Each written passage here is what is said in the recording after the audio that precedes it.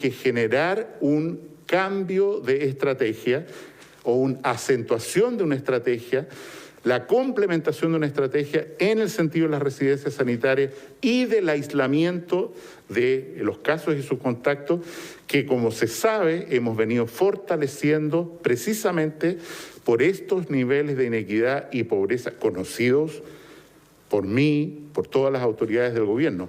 Pero insisto, la pregunta acá es, dado esto, ¿cuál es la capacidad real y cómo resolvemos que personas en esta situación de vulnerabilidad? Entonces, vamos a un lugar y decimos, en esta escuela, en este recinto, en este hotel, en este internado, en este lugar, vamos a hacer el aislamiento de las personas que sabemos y sufrimos, tienen niveles de inequidad y pobreza muy duros, que hace, ¿no es cierto?, que el gobierno además haya tenido que desplegar una estrategia de ayuda social para estos sectores, como el ingreso familiar de emergencia, la entrega de 2,5 millones de canastas y el pago del ingreso mínimo familiar garantizado. Creo que es importante que se entienda, aprovechando su pregunta que agradezco, se entienda la repercusión que tiene que un joven vaya a una fiesta, que no se respete, que se pidan permisos en exceso sobre precisamente esta población más vulnerable que tenemos en el país, que la conocemos, que sufrimos con ellos, que vamos en ayuda de ellos, pero que, insisto, necesitamos tomar y manejar desde el punto de vista sanitario en una forma completamente relevante, diferente.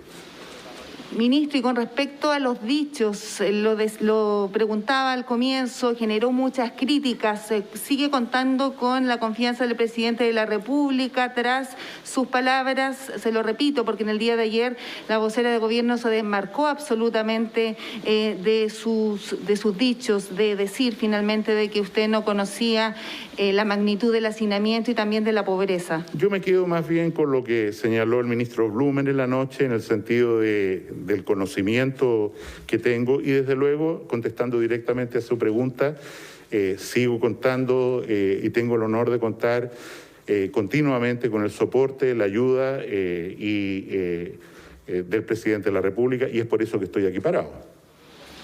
Ministro, muy buenos días. Hoy lamentablemente usted reporta la cifra más alta de personas fallecidas. Desde ya nuestras condolencias a aquellas familias, pero en este tema que es muy relevante porque sobre todo se ha resaltado la baja letalidad de nuestro país, lo quiero llevar a un informe que prepara CIPER, donde conocimos una diferencia, por ejemplo, de 63 muertes. ¿Por qué? Porque CIPER revela que hay 869 fallecimientos al 25 de mayo, donde llevan la causa, por ejemplo, del COVID-19. Esto por indicaciones de los propios médicos que llenan, obviamente, estos documentos. Un 8% más es lo que registra este informe de CIPER, insisto, con datos del registro civil. Además, hay otros 316 personas que fallecieron y que están en una causal de sospecha. ¿Por qué se generan estas diferencias, ministro? Y si es que, por ejemplo, solo se están contando como fallecidos por COVID las personas que tienen el PCR positivo.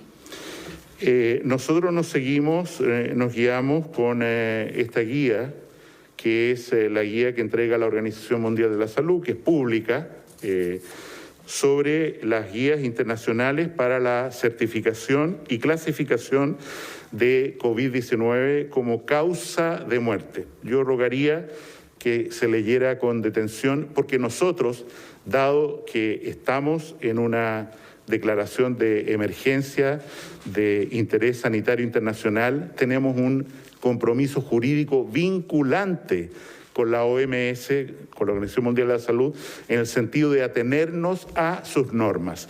Y lo que hacemos efectivamente es contrastar los certificados de defunción, como sugiere para los países que tienen alto nivel de PCR, como el nuestro, con este resultado.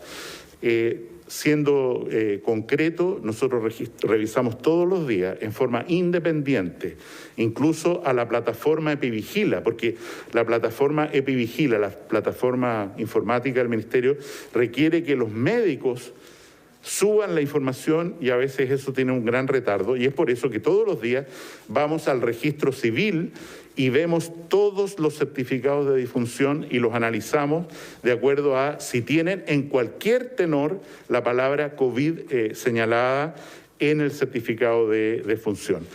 Adicionalmente, quiero señalar que le hemos pedido, y hoy día vamos a oficializar, pero ya el señor Contralor estuvo de acuerdo con esto, le hemos pedido a la Contraloría General de la República que audite completamente las fuentes de información, bases de información que hoy día utilizamos para todos estos reportes y que garantice, evalúe, corrige, así es el caso, que estén conformes a la reglamentación internacional de la Organización Mundial de Salud. Yo sé que hay países donde, por ejemplo, a los fallecidos no se les hace examen de PCR.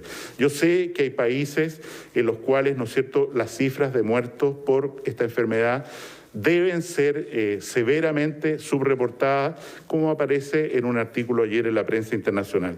No es el caso de nuestro país, pero así todo, insisto, hemos pedido esta revisión para estar seguros y dar transparencia de que la información que estamos entregando corresponde a los registros de todas sus fuentes.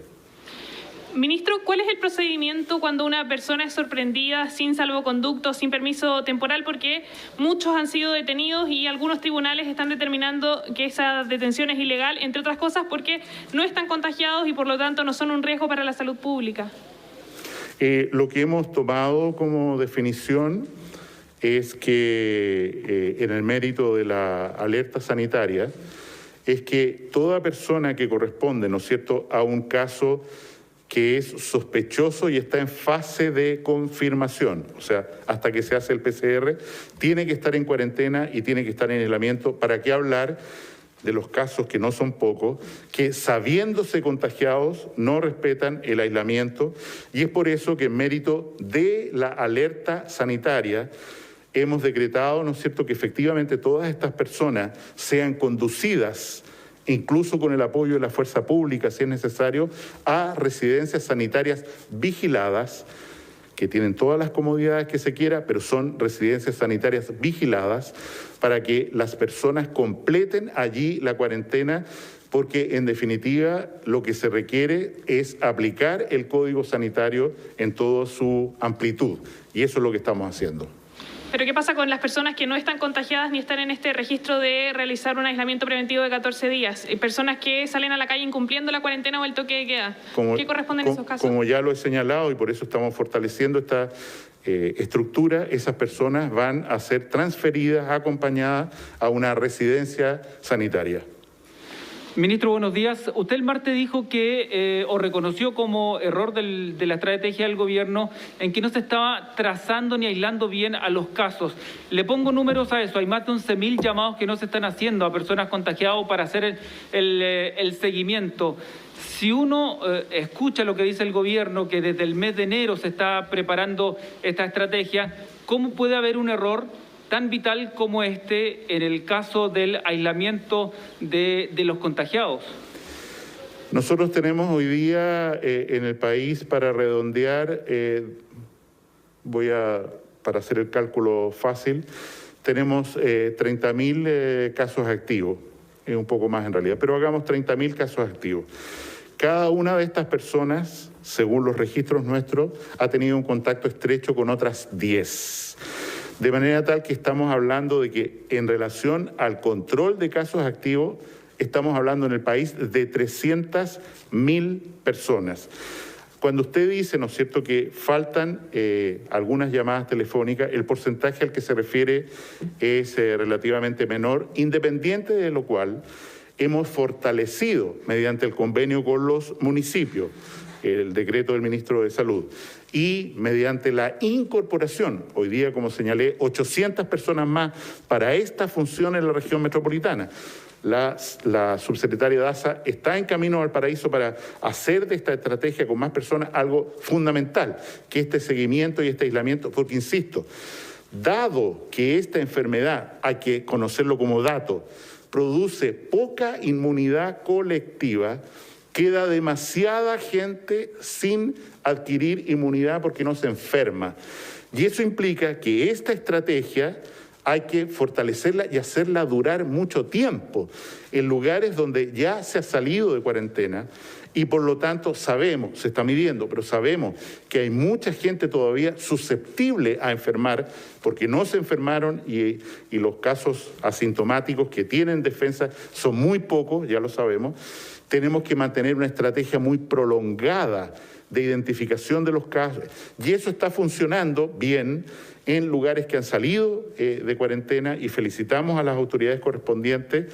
Cuando hablamos específicamente de la región metropolitana y Valparaíso, hablamos de volúmenes de seguimiento y de contactabilidad que efectivamente nos exigen fortalecer nuestra red, como de hecho lo hemos estado haciendo y lo vamos a seguir haciendo en los próximos días. Y ustedes van a ver traslados importantes, como ya están ocurriendo, en número de personas desde el lugar donde están, donde viven, a residencias sanitarias. Ministro, buenos días. Conocimos la cifra hoy de este 22% de fallecidos en la región metropolitana que pertenecen a hogares de ancianos. Preguntar sobre las políticas específicas para ese grupo donde se han generado también y se han conocido brotes en el sector oriente y en otros lugares.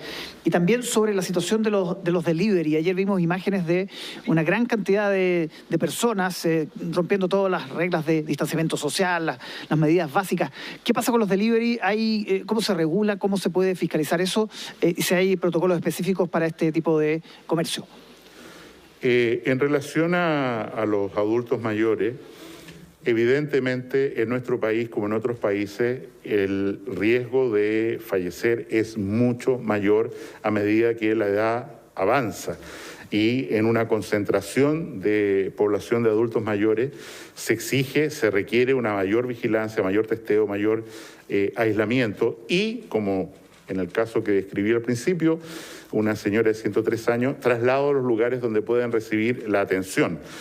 Pero el pronóstico de base frente a una infección como esta, que toma formas tan severas, para un adulto mayor es muy compleja y es por eso que se han establecido protocolos de seguimiento, de entrada, de aseo, de testeo en las residencias de adulto mayor y gracias a ello tenemos cifras que son, las lamentamos, pero que son menores de países como España, donde más de la mitad de los casos se han dado en precisamente residencias de adulto mayor. En relación a las ventas a delivery, digamos, efectivamente la autoridad tiene el poder, la potestad para fiscalizar que se cumplan las normas. No puedo dar en este momento una referencia exacta, numérica, de cuál está siendo el resultado, o sea, cuánta gente que trabaja en estas formas de entrega no está cumpliendo, cuántas sanciones, pero me comprometo a revisarlo. Muchísimas gracias, que tengan